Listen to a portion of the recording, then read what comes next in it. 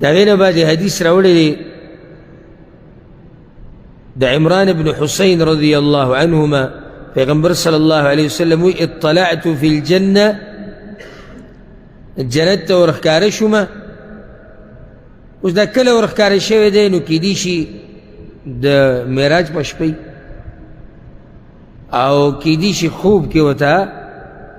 خوی شوي ځکه چې د پیغمبرانو خوبم وحی ده او حق دی نو جنت ته ورخکاره شم فرأیت اکثر اهلها الفقراء نو اکثر جنتیان مې غریبانان ولیدو واطلعت في النار او جهنم ته ورخکاره شم فرأیت اکثر اهلها النساء نو اکثر چې جهنم کې دي نو هغه زنانې دي دا حدیث د یری حدیث هم دی او دا حدیث د امیدونو د خوشحالی حدیث هم دی وی جنت کې غریبانان ډیر دي د مالدارانو نه دغه حدیثونو نه ثابته چې جنتیان اکثر به غریبانان وي او یا که مالداران جنت ته راځي نو دا غریبانان به ترې مخکې ځي څو سوه کاله 1500 کاله ځکه چې هلته د هغوی حساب دغه مالدارانو ډېر دي او دا حدیث را روان دی او دغه حدیث مو بیا به ته زه پوره وضاحت وکړم دا دویم حدیث ته اسامه رضی الله عنه د پیغمبر صلی الله علیه وسلم وایي قمت علی باب الجنه د جنت په دروازه باندې ودرېدمه فکان عامة من دخلها المساکین نو عام خلک چې جنت ته ورننوتو عام نه مطلب یعنې ډېر هغه د غریبانان مسکینان خلک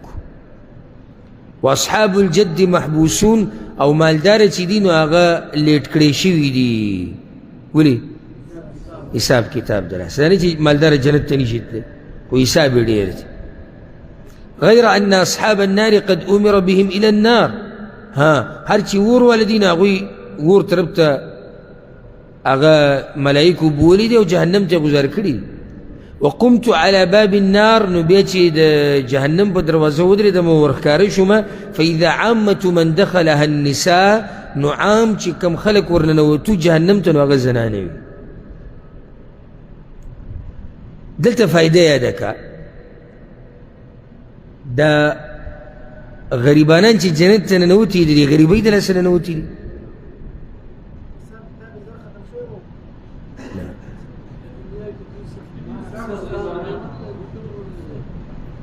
دای جواب دی جواب دی بارک الله فیک غریبی تا جنت ته نه بوزي په غریبۍ باندې صبر تا جنت ته بوزي لکه دا ته بعض یو غریبانانو په جنت کې به زمونږ مالي نه دا دی چې به سهار غریب سړی روان دی جنت ته هغه غریب چې په غریبۍ صبر کړی هغه غم ځپلی چې په غمونو یې صبر کړی دی هغه غم وهلی چې په غمونو په دردونو په تکلیفونو یې صبر کړی دی هغه به جنت ته ځي هر یو نه دی روان داسې خو په دې کافرانو کې هم غریبانان شته که نشته پکې او په دې امت کې چې را کوم بېدینه دي په دوی کې غریبانان نشته په بېدینو کې غریبانان شته که نشته نو په جهنم کې به غریبانان وي که نه به وي ورور ستا څه مسله ده که بیان اورې کښېنه او که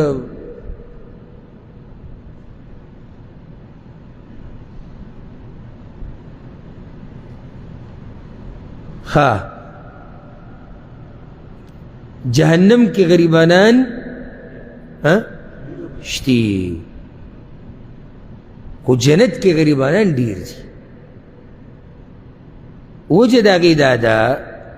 چې دې مؤمنانو په غربت باندې صبر کړی دی نو دویمه وجه دا ده چې د دې کافرانو په مقابله کې او د مجرمانو په مقابله کې په دې دیندارو خلکو باندې سختې ډېرې او ځکه حدیث کې راځي چې الله جنت پټ کړی دی په سختو کې او جهنم یې پټ کړی دی په عیش او عشرت کې نو اکثر خلک چې جنت کې به وي دا هغه غمونو دردونو تکلیفونو غریبۍ او فقر والی دي او دا بعد جاهلان پښتانه غریبۍ ته کنځلې کوي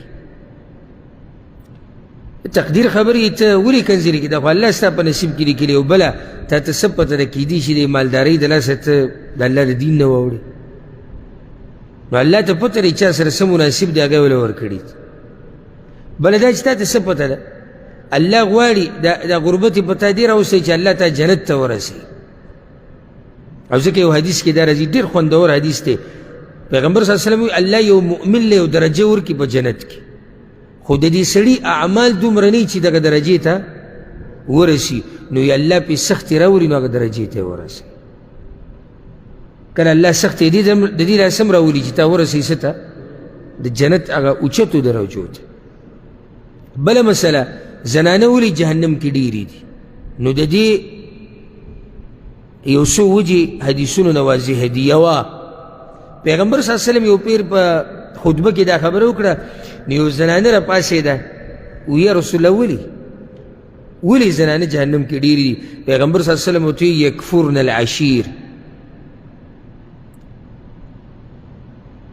یو وجه دا ذکر کړه چې دوی د خاوند احسان نه مني نو دویمه دا چې دوی خیرې ډېرې کوي سبحان الله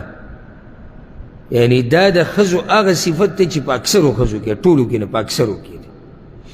او بیا زموږ د پښتنو د ښځو تپوس مه کوه دا خیره د هغې په دې ځي پرته او ځکه بل ورځ مې د دې سلفو د وخت یو عالم سیرت کتو نوم یې زما د ذهن نه ووتو دا ټیم خو هغه دا خبره کوله وي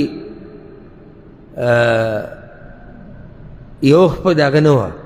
دغه عالم چې په سلفو کې تېر شوی دا خپه یو نه وه نو چا دې تپوس کړی دی چې لکه ستاسو دا یو خپه دا څنګه وایي دا زما مور په وړوکوالي کې ما ته ویلي وی الله یې دا خپه ماته کړه سورانې مې کوو د هغې د لاسه خپه زما بیا خرابه شو نو هغه رانه پرې کړې بچو ته خیرې مه کوو او د هغې په ضد د دې عربو دا زنانه دوی کې زما دا صفت ډېر خوښ ته چې سمې غوسه شي که نه سمې وی الله دې تا ته هدایت وکړي نو زموږ پښتانه څه وایي لکه اوس بار یو ماشوم لګیا عربۍ ورانې کوي اوس زه خو سپینې سپینې خبرې کومه که د چا خوښې یو ډېره ښه ده او که چا نه خوښه نو هم ډېره ښه ده لکه اوس یو عربۍ ماشوم به وي نو ورانې به کوي د ده به ورته دا وینه خوټ کېږي او د ځکه چې زموږ سره خو یو حل دی زموږ حل څه دی اوچتې که دې ځمکې دی رواجوي د پته ولې پلار یې راغی پلار یې چې راغی پلار هم سم غوسه دی ځکه چې څوک دا نه غواړي چې زما بچی دې ورانې کوي چې راغی د مټ نه ونیو بوی تو الله یهدیک الله تعالی هدایت درکړي زموږ هغه دا وی الله تعالی هدایت درکړي ته نه پوه هغه دی ته نه پوه په اصل کې هغه پوه دی چې الله وله هدایت ورکوو خبره ختمه شو ستا دې وهلو ټکولو ستا دې خیرو مور وله دومره وکنځي دومره ورانې ماشوم کړی دی کنځي وله مور ستا هغه مور داسې کومه ستا دا څښه خبرې دا سپکه خوله دا کنځلې ماشوم ته مور رایادول بیا د مور په باره کې غلط نامناسب الفاظ او ستا هغه خاندان داسې کومه او ستا هغه خوله داسې کومه مونږ ته معلوم دا پښتانه کوي که نه نه کوي بیا راشي یاره دوا کوه مولوي صاحب چې الله یې نیکمله لوی کړي ادی به ډېر ښه نیکمله لوی شي په والو خو دې د سرمن وویسته دی به نیکمله لوی شي اوس د والو نه یېرېږي راته پته لري چې پلار مې یو دوه سوکه راکوي او زه ورسره عادت یم خیرې دې ورته دومره کړي دي چې غریب دې تباه و برباد کړی دي حدیث کې راځي چې د مور پلار دعا نه رد کېږي نه که د دې په ځای ته لاس اوچت کړی وای چې یا الله زما دې بچي له هدایت ورکړي الله دې وایي د ملا تیر مات که یعنې د بس خیرې داسې چې یعنې زه دا اوس هسې ویم که نه زما په دې جسم باندې دا ګونیزیک شي لکه دا څنګه پلار دی چې بچي ته وایي الله دې د ملا تیر مات که دا کومه مور دی چې بچي ته وایي الله دې په بوجۍ کې راوړی که واپس او دا زموږ د کلي سره خوا کې یو کلی ده د هغې واقعه ده ښه یقیني واقعه چې دا هلک ځوان هلک د کور نه وتو د مور سره څه خبرې وبرې به یې کړي وي هغې ورته ویي الله دې ټوکړي ټوکړي راوړې کوي چې ته دا تنګول کې او دا خبره دو هغه وتې अब ट्रैक्टर चलो न पदे खोड़ लपासा उड़ के उनके पुल ले दे पिला ट्रैक्टर तेरो से गाड़ी रागले सी चल शेव दन रा ट्रैक्टर आगे दे खोड़ लका तो ले दले ये पुल ना खोड़ तो ले दले दे का तो ले दे लपासे पे ट्रैक्टर रागले तो मोर ले परिश्ते अब बोझे के रावड़ा हो गया खल को राटूल को बे राव आ ट्रैक्टर खोड़ी रोज नहीं नो दे मख के चले बे ट्रैक्टर रागले चाहे पे रागले आगे चकावले نو بیا خلکو راټول کړی دی په کپړه کې اچولی بوجي کې کور ته وړی نو دا زما د خپلو خویندو ته میاندو ته ټولو ته د زړه د کومې نه دا نصیحت ته او تاسو هم دا نصیحت کور کې او زنانو ته ټولو ته بیان کوي چې د خیرو نه ځان لرې ساتي او دا مسله صرف د زنانو نه ده خو زنانې ډېرې کوي نو نارینه دپاره هم ولې جایز دي نه او الله قرآن کې هم دې نه منع کړی چې خیرې مه کوئ داسې وخت به چې الله به یې قبوله کړي او حدیث کې راځي پیغمبر صلی الله علیه وسلم وایي مه خپل بچي ته خیرې کوه مه خپل مال ته خیرې کوه مه خپل بچي ته خیرې مه کوه خپل مال ته خیرې مه کوه خپل خادم ته او نوکر ته خیرې مه کوه داسې نه چې ته داسې وخت کې ته خیرې وکړي چې الله یې قبول کړي نو بیا به پښیمانه یې پیغمبر صلی الله علیه وسلم وایي نو زنانو کې یو دا بیماري ده دویمه بیماري زنانو کې پیغمبر صلی اللہ علیہ وسلم لو احسنت الى احداهن الدهر که پورا زمانه دی وسره خو کړو کنه ثم رأت منك شيئا به معمولی سولیدو معمولی سه نو دا ورته وایي تاسې کړي دي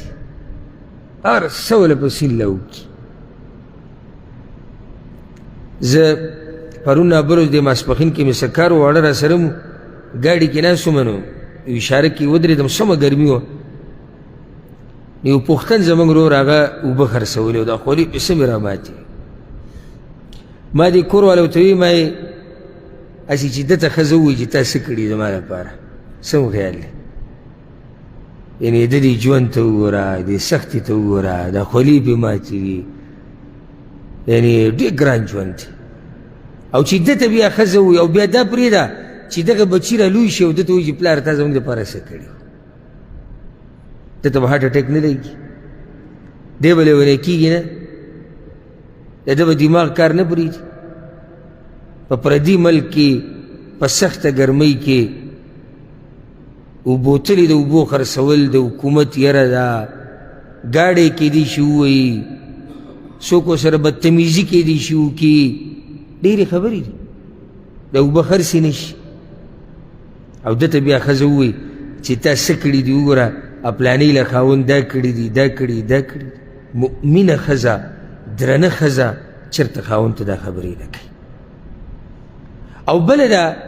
دې ښځو له نه ده پکار چې د نورو ښځو ته وګوري ځکه چې د ټولو خاوندان یو شان حیثیت خو نه لري مالي که نه اوس ته مالدار یې ته ډېر څه راوړی شي زه غریب یم زه ډېر څه نشم راوړی